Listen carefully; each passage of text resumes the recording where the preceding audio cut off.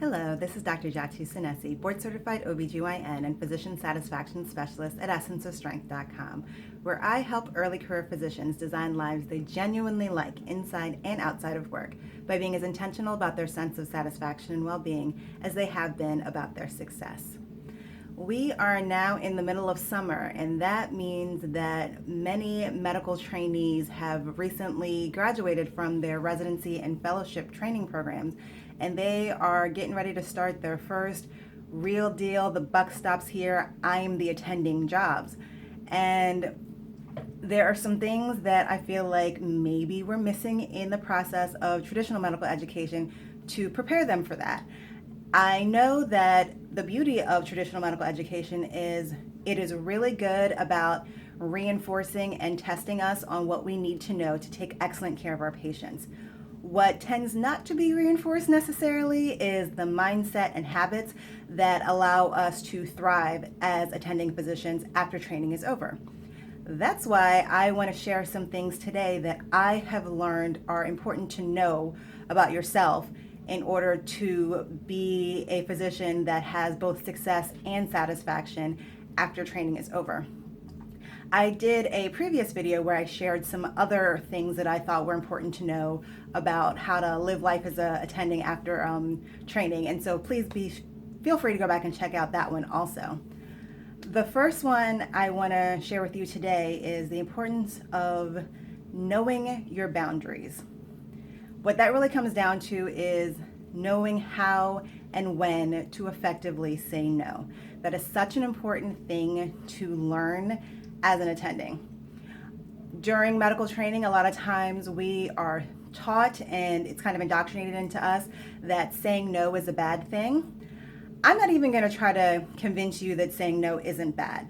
What I'm going to invite you to do is to focus on the flip side of that no and think about what the yes that opposes that no. What is the thing that you need to say yes to in order to say no to something? What is the thing that you are allowing yourself to do by saying, what is the thing you're allowing yourself to say yes to and allowing into your life in terms of people and activities by learning when and how to say no?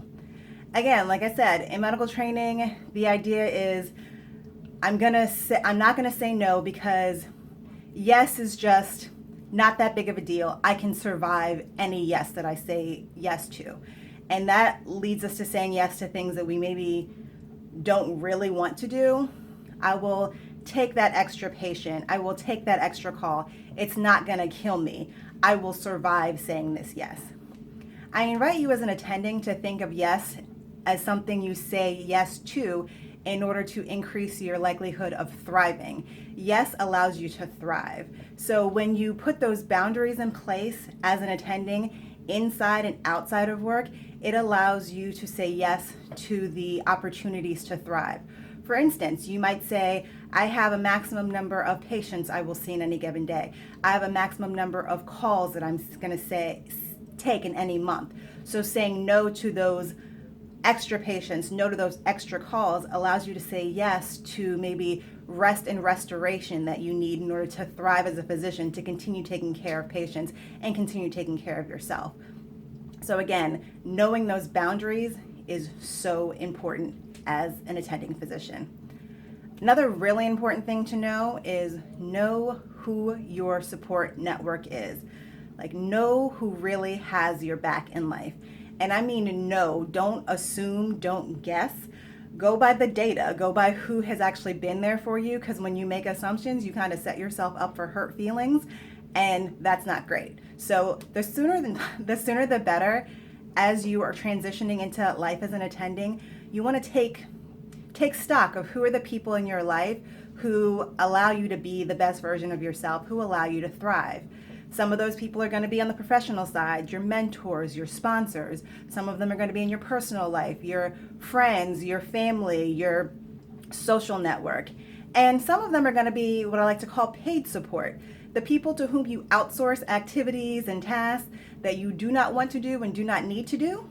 These are all the people that come together to support you, to help you be the best version of yourself as an attending physician. And it is really important to establish those relationships, maintain those relationships, and value those relationships. I will say that I think if anything that 2020 has taught us is the importance of the relationships that help us thrive. I think after months of some people not seeing their mama, not seeing their best friend, not seeing their hairdresser, not seeing their cleaning lady, they recognized those were the relationships that were keeping me grounded, holding me down, and allowing me to thrive. So those are the relationships you want to identify and you want to make sure that you pour into as you are establishing your life as an attending. So again, two things you want to remember to know, two things you want to know how to do. You want to know about yourself. You want to know your boundaries so you know when to say yes and when to say no.